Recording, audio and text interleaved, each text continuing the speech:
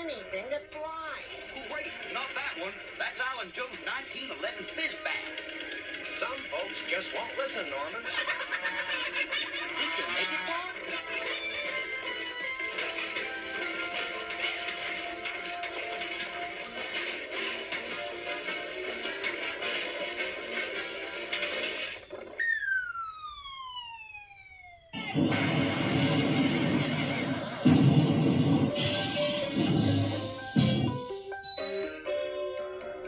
The Fizz Bag crashed in pieces. Poor Reggie was so sad.